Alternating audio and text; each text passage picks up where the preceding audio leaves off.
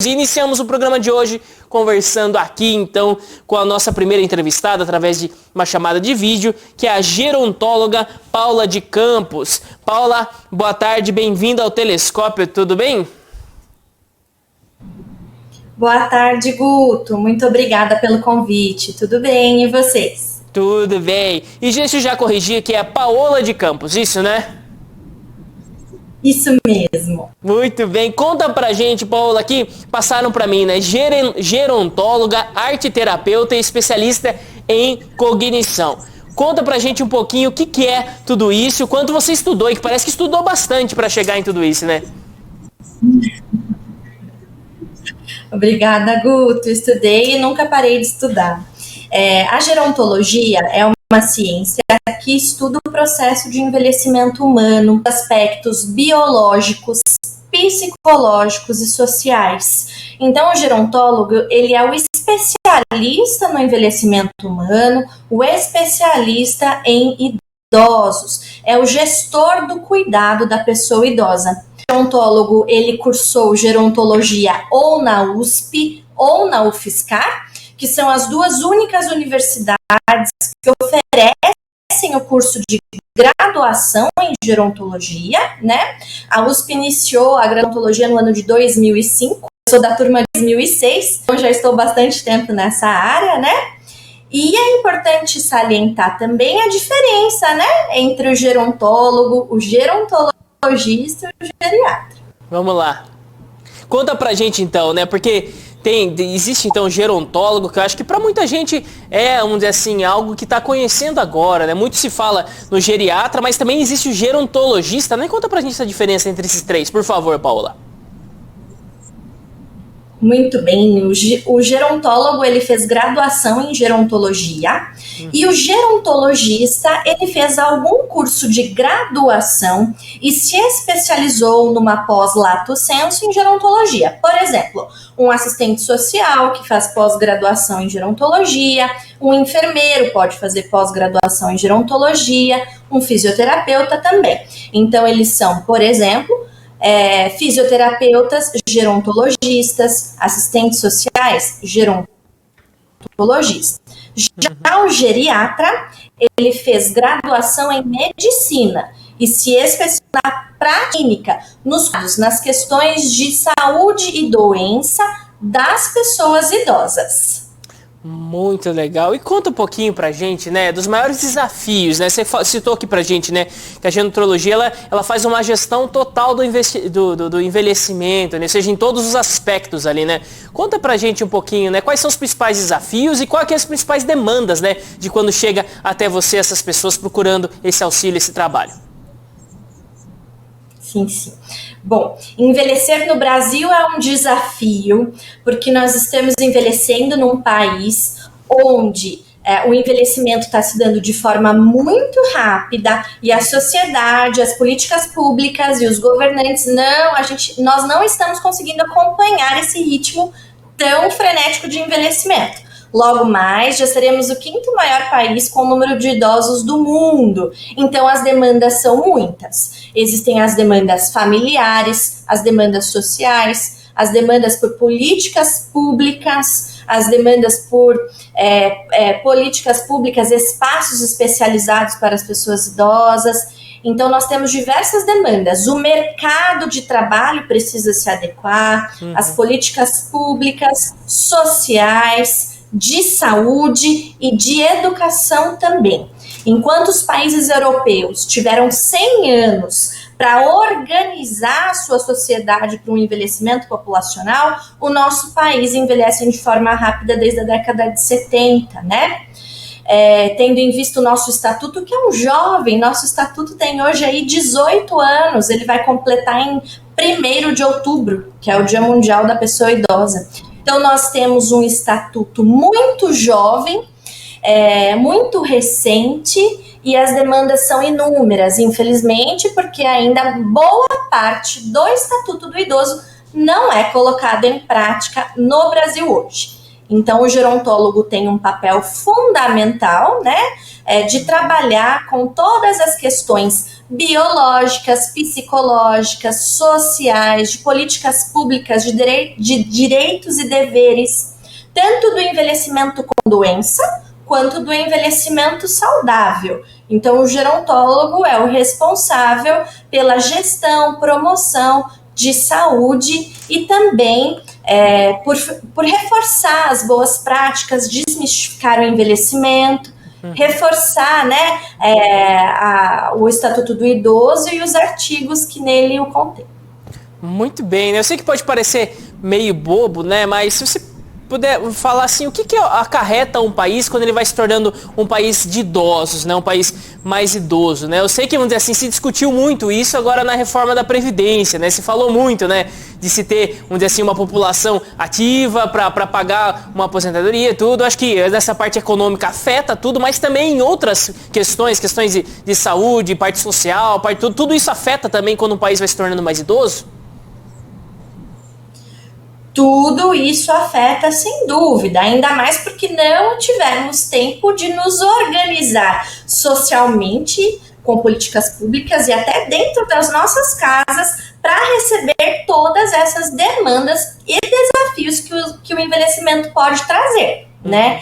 Então, é sempre importante lembrar que existe o envelhecimento normal e o envelhecimento patológico, que nós vamos falar daqui a pouquinho sobre a senescência e a senilidade, porque são demandas diferenciadas, né? Enquanto a senilidade, que é um envelhecimento com doença, necessita políticas públicas de assistência social e saúde, o envelhecimento normal, sem patologias, o envelhecimento senilidade, ele necessita mais que os seus direitos sejam realmente respaldados, necessitam mais de políticas de educação, de inserção no mercado de trabalho. Então, depende de como a população está envelhecendo. Está envelhecendo bem? Está envelhecendo com qualidade de vida? Então, a velhice, Guto, ela é heterogênea. As pessoas envelhecem de formas diferentes, mas no final, todos iremos envelhecer e todos precisaremos, né, das políticas públicas, de maneira geral. Então, a Previdência é só mais um desafio em envelhecer no Brasil, tá? Por falta de organização lá atrás, por organização política, falta de organização política realmente para que a gente conseguisse hoje estar mais tranquilo com essa questão da Previdência, né?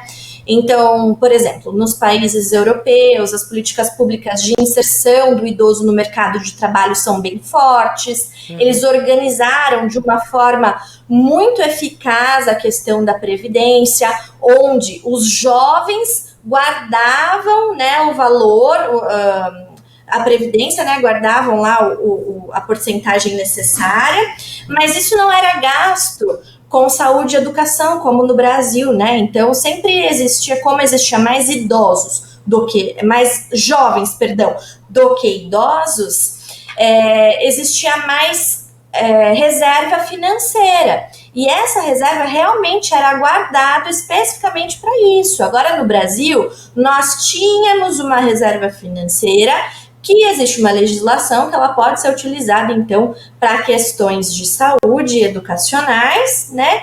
Então, agora a gente está aí com o déficit da Previdência, porque agora nós temos muito mais idosos e pensionistas necessitando se aposentar, necessitando dessa contribuição, do que jovens contribuindo com ela. Então, esse é só mais um desafio. Mas a gente tem a questão do desafio do transporte, do mercado de trabalho, das famílias, que hoje a configuração familiar não é mais a mesma da época dos nossos pais e avós. Então, as mulheres estão aí no mercado de trabalho, estão trabalhando, estudando, não tem tempo de cuidar dos seus idosos, dos seus pais, dos seus avós. Tem a questão da institucionalização, né? Então, essas políticas públicas de atenção à pessoa idosa ainda são muito deficitárias no nosso país. Envelhecer no Brasil é um desafio e nunca foi tão, Guto. Muito bem, então estamos conversando aqui com a Paola de Campos, ela que é gerontóloga, e nós temos alguns recados aqui já do pessoal participando aqui junto com a gente, gostaria de ler aqui para você. O Lucas Ravassi, ele manda aqui: boa tarde, Guto, queria enviar um abraço carinhoso para a doutora Paola Campos e ao padre Edvilson, ambos meus amigos fraternos, muito queridos e admirados. Sucesso, Lucas Ravassi. Muito obrigado por participar aqui com a gente, Lucas, e deixa esse abraço aí para você, viu, Paola? Obrigada. Muito bem, também. Outro, Lucas, obrigada pelo carinho. Todas as pessoas que estão participando com a gente aqui podem mandar seu recado, a sua participação através do facebook.com/TV Itapê, também através do nosso aplicativo aqui, que é o TV Itapê. Participe aqui junto com a gente, faça sua pergunta, mande aqui pra gente então quais são todas as dúvidas que você tem a respeito desse momento que, se Deus quiser, todos passaremos, né? Que é o momento da velhice, é chegar nesse momento, né? Onde, vamos dizer assim, nós vamos, depois de muito tempo, de muita experiência de vida, tudo, nós enfrentaremos também juntos. É bom pensar em tudo isso, dar já o melhor auxílio, enquanto muitos aí são jovens ainda, auxiliar, pensar, ajudar a se planejar melhor aí esse momento para toda a sociedade e também dentro da nossa família e tudo mais, né? E conta pra gente, Paola, um pouquinho a respeito de algumas questões mais específicas aqui, né? A respeito da feminização da velhice, né? O que é isso? Como que esse tema ele chega hoje, é importante se discutir com as pessoas? Bom, Guto, a feminização da velhice é um fenômeno mundial, e no Brasil, que está envelhecendo de forma tão rápida, não seria diferente, né? A feminização da velhice nos diz que muito mais mulheres idosas que homens idosos no país. Para nós termos uma ideia, as mulheres, elas podem viver, na verdade, elas vivem de 7 a 9 anos a mais que os homens, devido a diversos fatores genéticos, culturais, de educação. Então eu gostaria de salientar que o que contribui com a feminização da velhice, além da genética feminina, dos hormônios femininos, que aparentemente tem um fator de proteção e longevidade para a mulher, né? Nós também temos aí a questão da maior mortalidade masculina. Então, os homens acabam morrendo mais. Os homens morrem mais por diversas questões. Por exemplo, os homens não se previnem, os homens, eles estão sempre envolvidos, sempre não, né? A maioria das vezes morrem mais do que mulheres devido a envolvimento com violências, acidentes de trânsito. Eles não se previnem menos, vão menos ao médico, fazem menos o check-up preventivo, dessa forma morrem mais de doenças crônicas também, tá? Então isso colabora para o fenômeno da feminização da velhice. Olha só, né? E é muito comum, né, nós vemos, né? Que acho que se torna até, de certa forma, quase comum na cabeça das pessoas, né? Ah, o vô vai antes do que a avó, né? Às vezes fica mais tempo com a avó. Eu conheço várias famílias que esse quadro ele é o contrário, né? Mas fica um pouco na cabeça das pessoas mesmo isso, né? De se ver mais viúvas do que viúvos e tudo mais. E isso, você cita aqui pra gente, né? É importante trazer aqui pro pessoal, né? Pra talvez mudar um pouco essa chave cultural, né? A gente fala, mas as pessoas mais velhas tiveram uma outra criação, muitas vezes não foram acostumados com essa questão de fazer todos os tratamentos preventivos, de ir ao médico, de se ter todo o cuidado, mas é possível, você vê assim que nas conversas, exemplificando isso, apresentando essas situações, tudo, a cabeça ela pode mudar? Sem dúvida, a velhice é uma construção social, né? E a velhice, ela é feminina.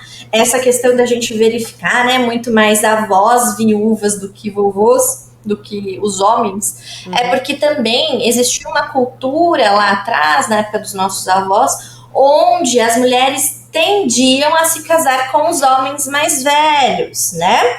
Por que isso acontecia? Elas se casavam com os homens mais velhos porque o objetivo era que ele trabalhasse, tivesse um emprego, sustentasse a casa e ela cuidasse da casa e dos filhos, tá?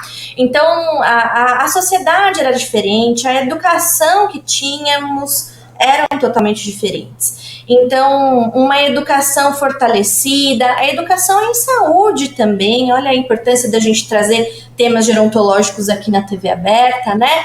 Nós precisamos investir em educação, nós precisamos investir em escolaridade, em intergeracionalidade, em políticas públicas de acordo com a Organização das Nações Unidas, que recentemente lançou aí um relatório sobre o combate ao idadismo, que é o preconceito às idosas. Então, é possível mudar uma sociedade para que possamos valorizar mais as pessoas idosas e para que nós mesmos mudemos velhos hábitos que não vão contribuir aí com o envelhecimento saudável.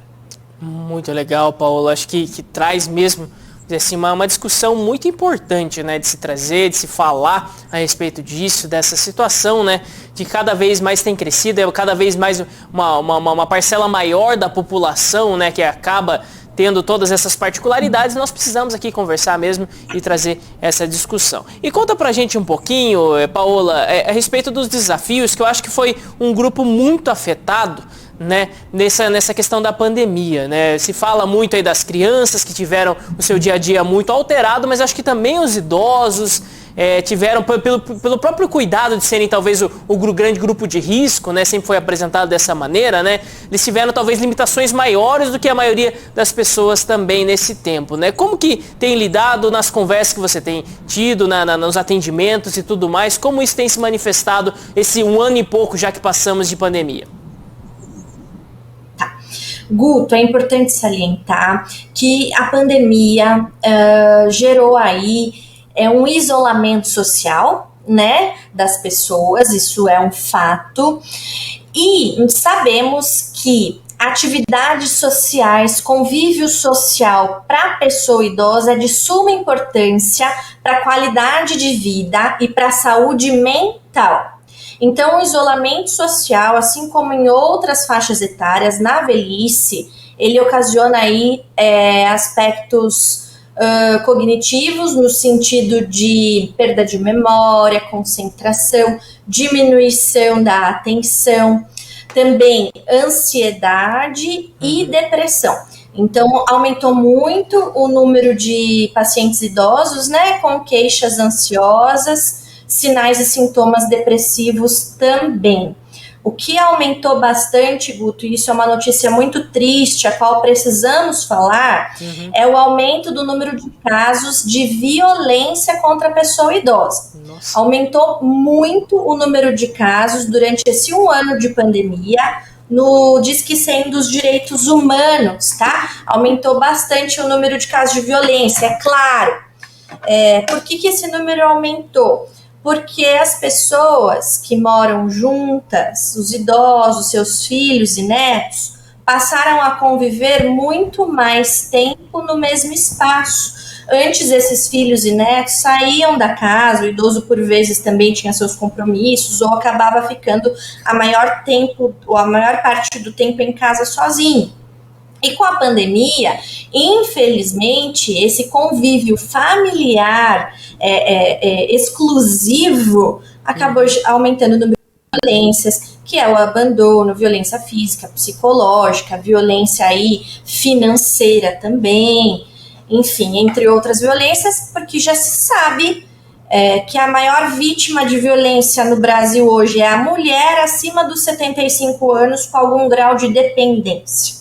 E já se sabe também que o perfil do agressor no Brasil hoje são os homens viúvos, muito mais do que solteiros, que moram com seus pais idosos ou com familiares idosos, né, que não tiveram uma boa relação.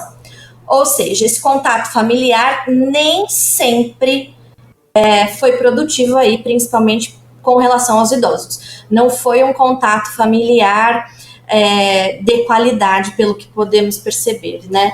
Então, a pandemia veio trazer diversos desafios também para os idosos, para os velhos aí do nosso Brasil, infelizmente.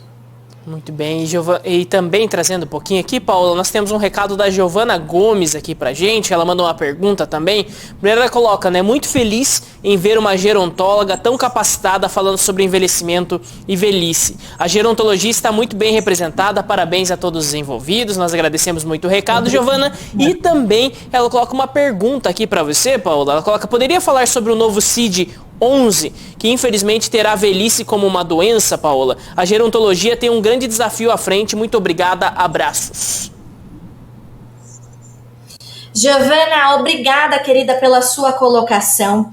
Infelizmente, o CID vem trazendo a velhice aí com o código como se velhice fosse sinônimo de doença. E esse é um dos maiores estereótipos da velhice hoje, esse é um dos maiores reforços do idadismo, do preconceito com relação às pessoas velhas, né? Então, não, velhice não é sinônimo de doença. Isso está muito errado. Os profissionais geriatras, gerontólogos e gerontologistas estão aí debatendo muito sobre esse tema, né, que é a nova configuração aí do CID, que coloca a velhice como uma doença.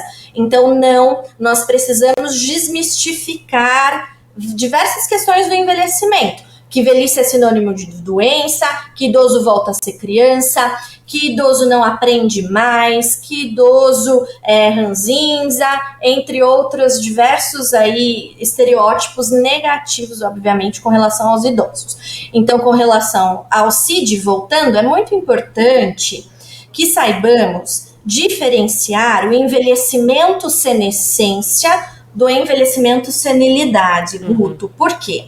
O envelhecimento senescência é um envelhecimento normal, esperado para todos. É esperado que percamos massa magra e ganhemos gordura, é esperado que a nossa marcha se lentifique, é esperado que a nossa visão e audição tenham déficits, é esperado cabelo brancos e rugas. Isso é tudo esperado, ok? É um declínio normal e esperado, que se Deus quiser, todos nós passaremos.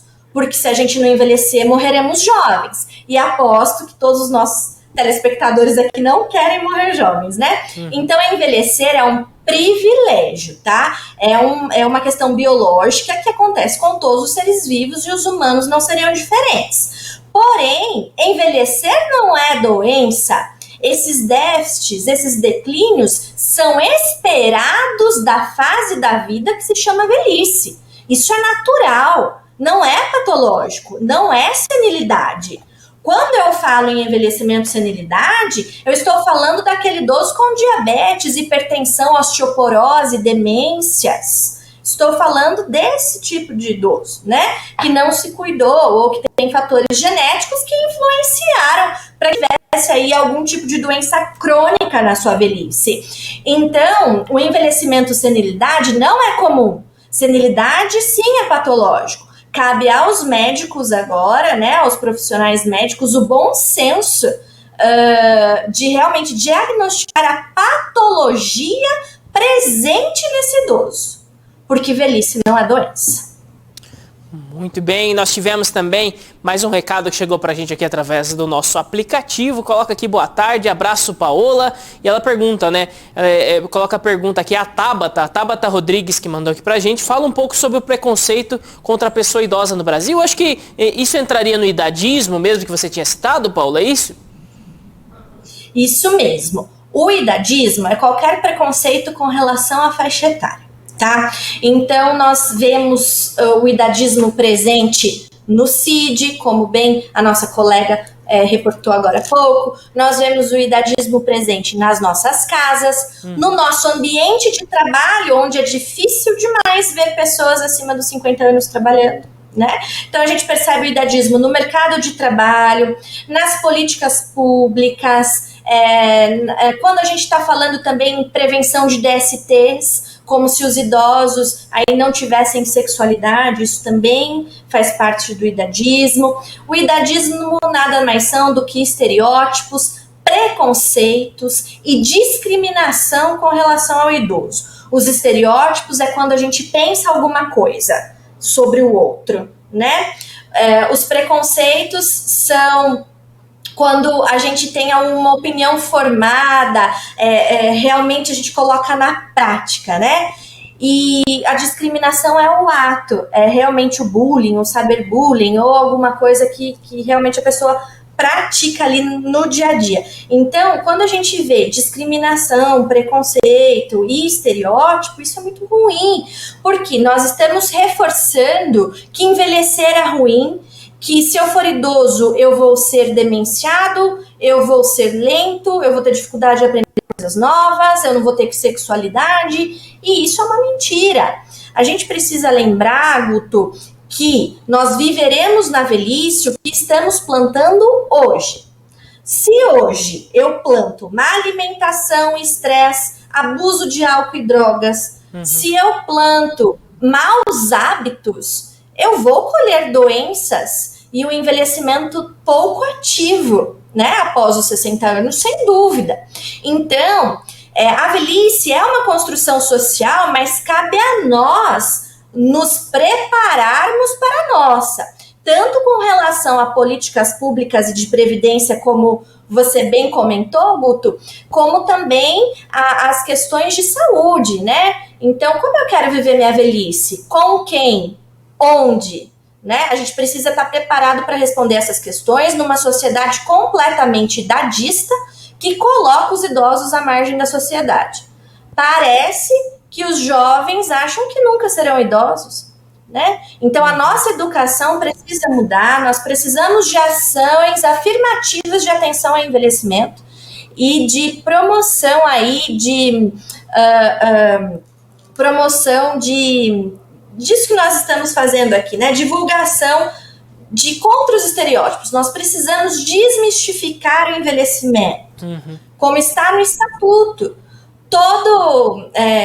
Todo lugar de mídias sociais, TV, rádio, jornal, precisa trabalhar temas gerontológicos. É muito importante a disseminação desses preconceitos para que a gente não faça, para que a gente se perceba e melhore também. Muito bem, a informação vence o preconceito e conte sempre com a gente aqui da TV Itapê, viu, Paola, para levar todo esse conhecimento aqui, pessoal. Acho que tirou muita dúvida de muita gente aqui, traz também uma bagagem muito legal, né, a respeito da importância, né, de se pensar, de se viver bem e de se dar todas as condições aí para os nossos queridos idosos aqui, de terem uma vida cada vez mais saudável, cada vez mais qualidade, né? Paola, muito obrigado pela participação com a gente. Se quiser deixar mais algum recado, mais alguma informação, fique à vontade, mas desde já agradeço muito em nome de toda a equipe da TVI. Obrigada a toda a equipe da TVI, obrigada, Guto, obrigada às pessoas que participaram, né? Um abraço especial aí a todos os nossos colegas gerontólogos, gerontologistas e geriatras, porque lutamos aí pela desmistificação dos preconceitos da velhice, né? Obrigada a todos que participaram. Para quem quiser continuar discutindo esse tema, basta me seguir no Instagram, tá? @paola.gerontóloga, e pode seguir a clínica também, onde eu trabalho, que é @Instituto Tratari. Aguardo vocês e me encontro à disposição. Tá certo, muito obrigado pela participação aqui com a gente.